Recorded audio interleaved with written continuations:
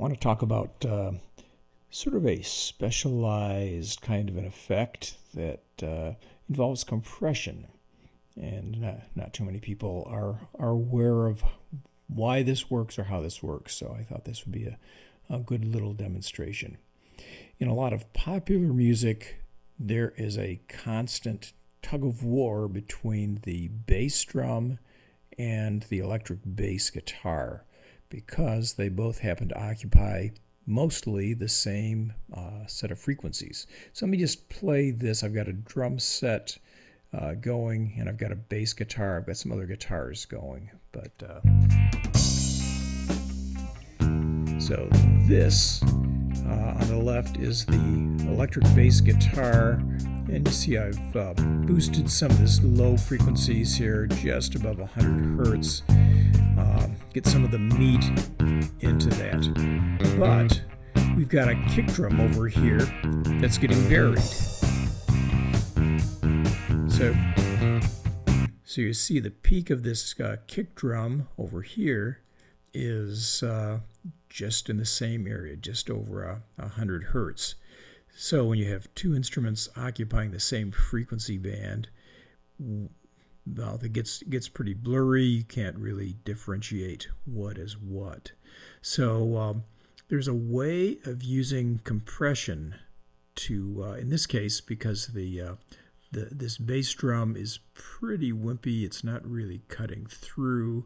What we can do is bring this out through the use of compression, but the compression is going to be on the electric bass. So let me show you the mixer here. Let me close up those for a second. So here's our bass guitar. Let's go up and stick a compressor on our bass. And we know that'll help the bass, but how does it help the bass drum? There's a thing called side chain compression. So in most compressors, you'll have either something that says side chain. It might have another description. It might say key up here. But what this allows you to do is to let this compressor activate when it sees a kick drum hitting.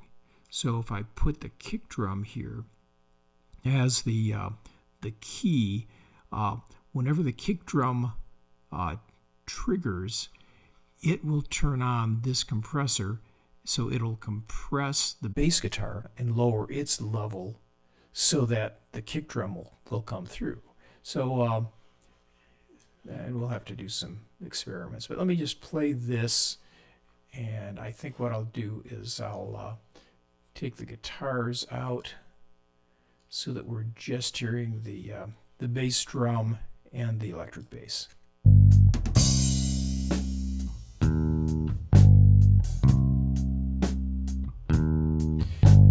So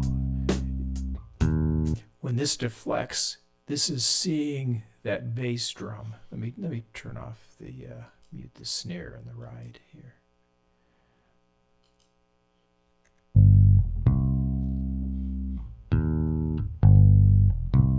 So when this deflects, that's when we're hearing the bass drum. So let's compress it a little bit heavier.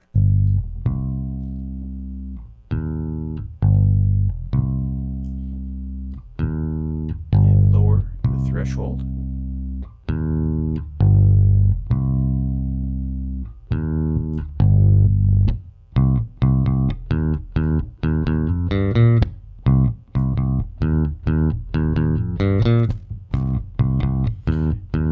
Let's get our output gain down here.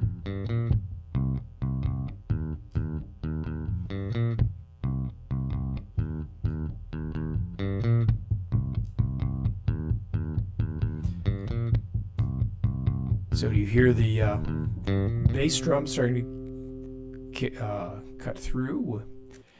So essentially the bass drum is controlling the volume of the electric bass guitar and allowing it to come out in the mix.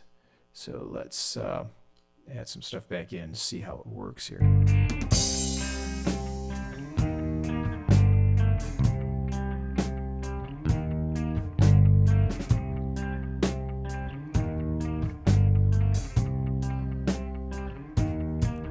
So I think you can hear how this really allows the bass drum to be heard, and you still have plenty of the bass. It's just the sharp attacks of the kick drum that are peeking through in the mix. So sidechain compression, very important concept if you're mixing popular music. So that's all.